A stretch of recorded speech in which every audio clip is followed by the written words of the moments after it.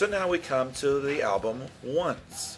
This was their biggest album yet, as it debuted at the #1 spot on charts in Finland, Germany, Norway, Greece, and it was even the first album to have a chart spot in the USA, reaching 42 on the Billboard Top Heatseekers chart.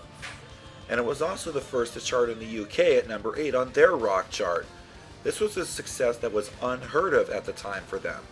But while they lost many old followers, for the simple reason that their shift in sound was too commercial sounding and less on the power metal side, they seemed to gain twice as many new fans who were introduced to them through the approachable mainstream sounds on this album.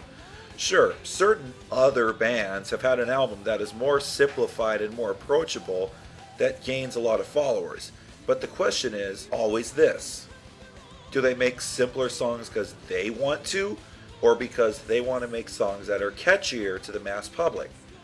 Maybe it could have been both, we'll never know.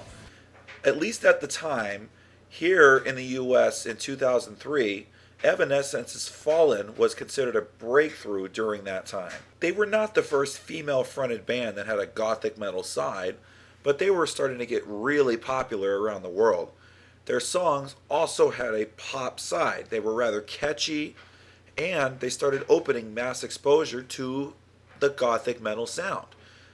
So thus, there was a breakout in popularity of female-fronted rock and heavy metal bands around the world. In some ways, I think Nightwish was Europe's answer to bands like Evanescence at the time. And Europe had bands like Within Temptation, After Forever, and Serenia to back them up, as I later discovered.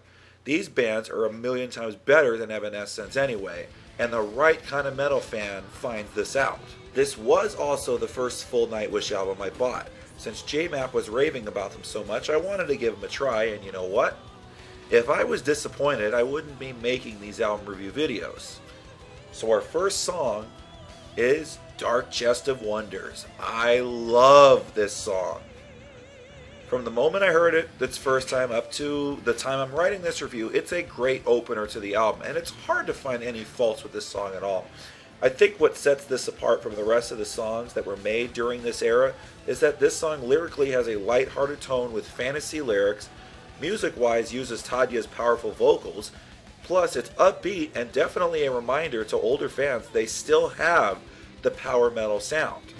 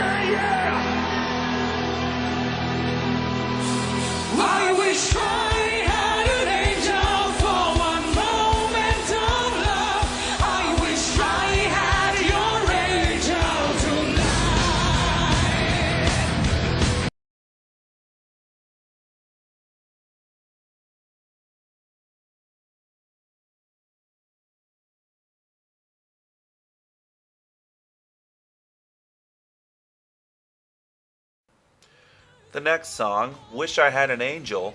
I love this song as well, but it's overplayed to death, whether it's near the beginning of a set list or towards the end. However, you gotta think, this is Metallica's equivalent of Enter Sandman, and it's a great song to choose as a single or to introduce someone to the band. It is a shame though that the song was featured as a part of the soundtrack to the really stupid movie Alone in the Dark, and even on the music video of this song, it has clips of that movie. Blah.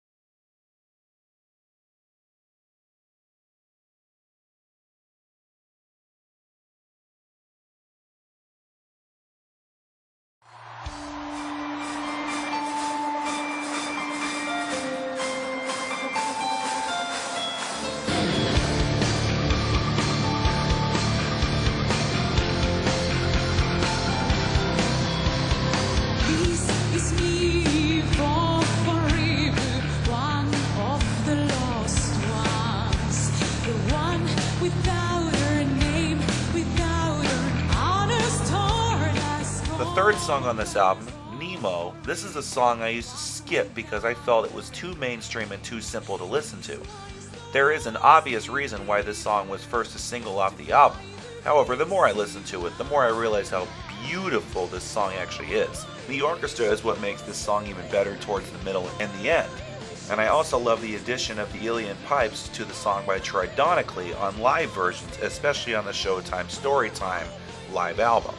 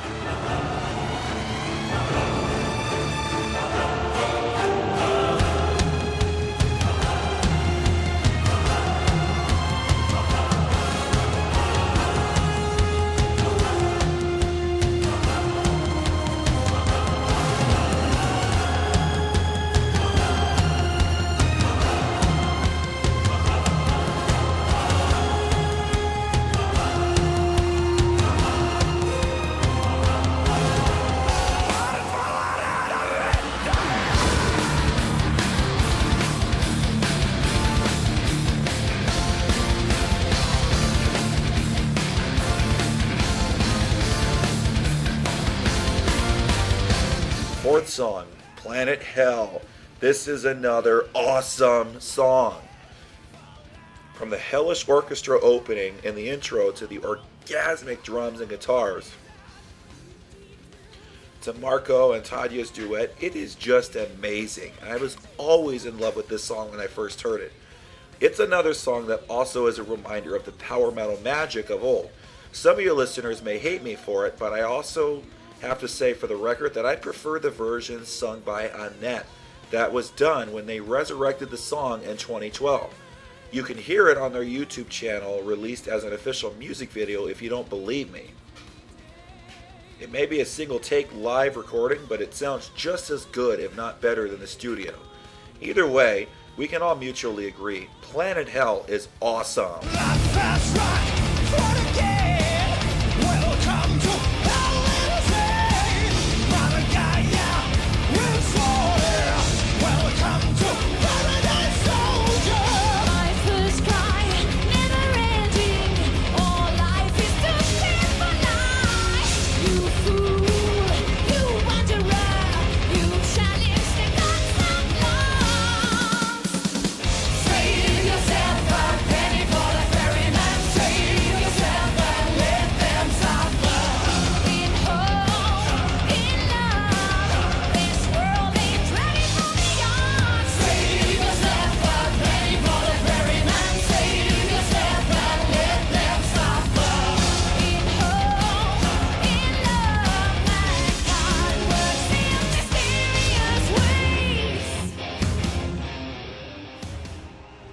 Fifth song on the album, Creek Mary's Blood. Here's the first of two epics on the album, and most will say this song doesn't hold up as well, but I disagree and I say this song is awesome. The Native American influences make this song actually stand out, and I love the build-up from the slow start to the epic climax, kind of like a Beauty of the Beast type of flavor. The only thing this song could do without was the 3 minutes of Native American chants, but it's not a total killer of the song since I can see where they were going for. On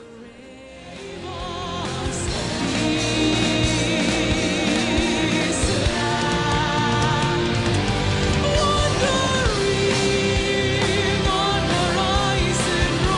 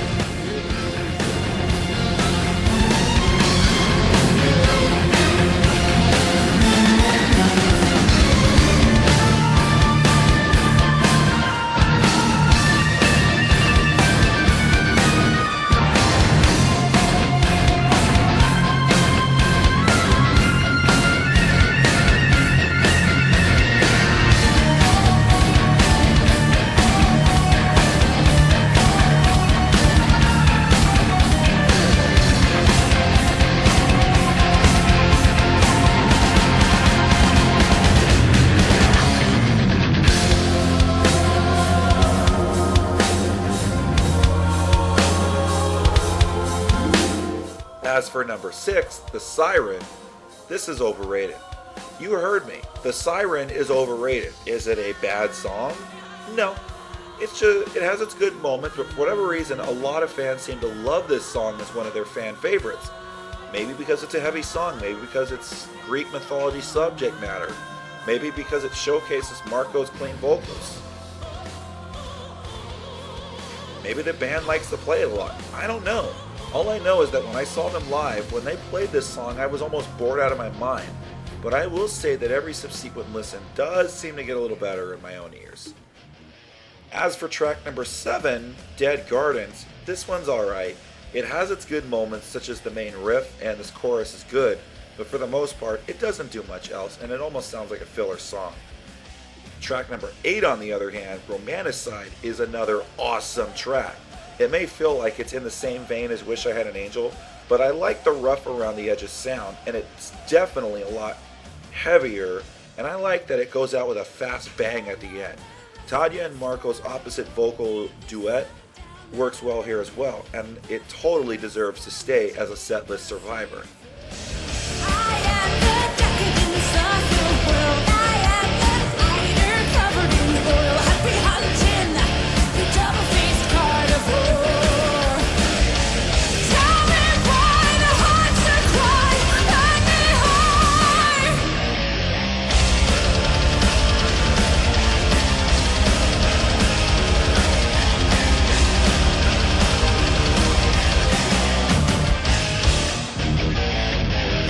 Music is get the aim and the set. The kiss of faith is what I get.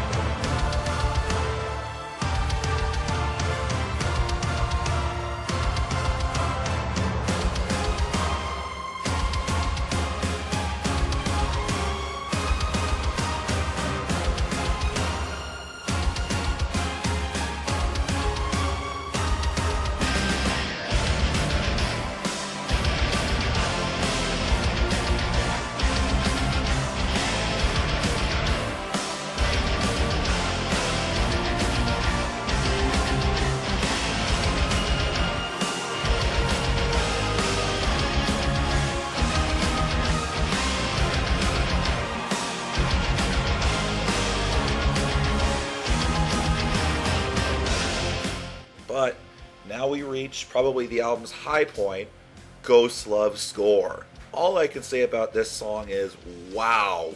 Just wow. This epic song is easily one of their best songs, period, and it showcases their musicianship way better than their prior two epic songs. The emotion you feel throughout this song is just amazing. It sends you chills, and I definitely love the haunting chorus that will forever be in your ears after you listen to it at least once. This is where Tarja shines the most as a vocalist, and uses the correct balance between her powerful operatic vocals and the softer rock-based vocals. It also clearly uses the best utilization of the orchestra on the album, as it creates the atmosphere of sadness, and without the orchestra, this song would fail to the gutter. King of the world brings me to tears into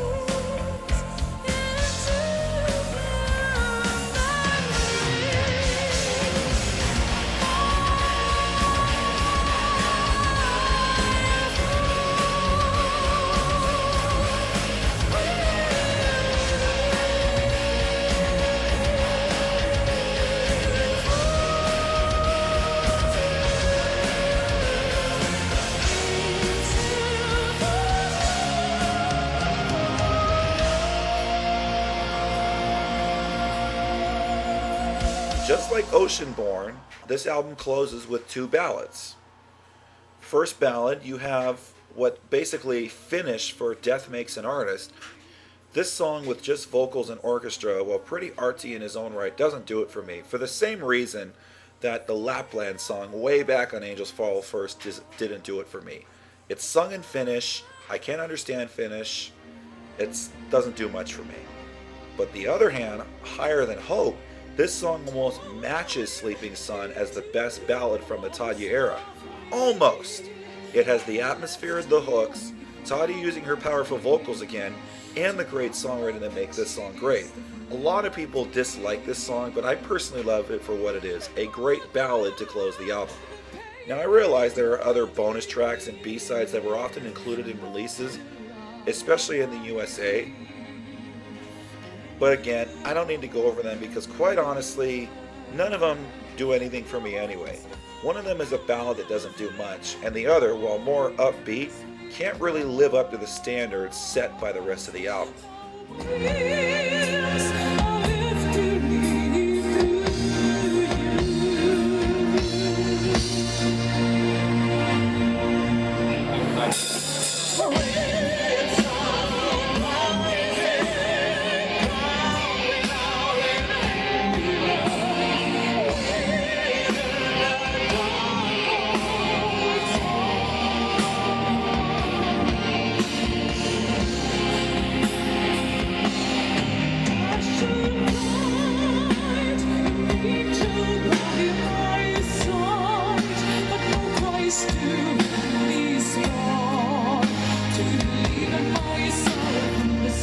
So that is the Once album.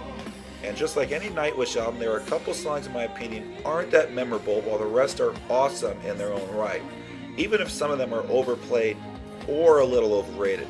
But that's what often happens when your albums appeal to more mass audience. They have songs they love while you have your own personal songs that are better. Music-wise, it's just as good as Century Child because it's similar in sound, but this album does stand out a little more because while the tempos may be relatively the same, it doesn't feel like you're listening to Century Child 2. You're listening to a standalone album with many more standalone songs that are just as amazing as anything they've done. It's like with Ocean Board, they broke through with one sound, perfected it with Wishmaster. With Century Child, they introduced a newer sound, then they perfected it more with Once. Sadly, I must talk about what happened in late 2005, Tarja being kicked out. This was a very public event thanks to the open letter that was posted, which you can still read if you search for it on Google. From my understanding, the relationship between Thomas and Tarja deteriorated over the years after she got married in 2003, and she started acting much more different, as in Thomas' eyes. Not only was she acting more like a diva to the other bandmates, but her commercial interests were not the same as the band's. There were also claims that Tarja was actually planning on leaving after the next studio album and subsequent tours anyway. So the band members decided, well, let's just kick her out now so we don't have to deal with this crap later. This was a very public parting of ways, with both sides feeling the pain and anguish from it. I could only imagine the stress it caused due to so many people wanting interviews and wanting everything on the inside scoop. As would eventually happen, Tarja formed her own solo act and continued on as a solo artist, while Nightwish continued on with a new female vocalist that did not sound like Tarja at all. Tarja's first solo album was pretty much hit or miss, as it was evident that the reason why she sang great songs is because Thomas wrote them. Hence, there were the criticism that said Tarja needed Nightwish, but as this happened, it would turn out that Nightwish didn't need Tarja anymore.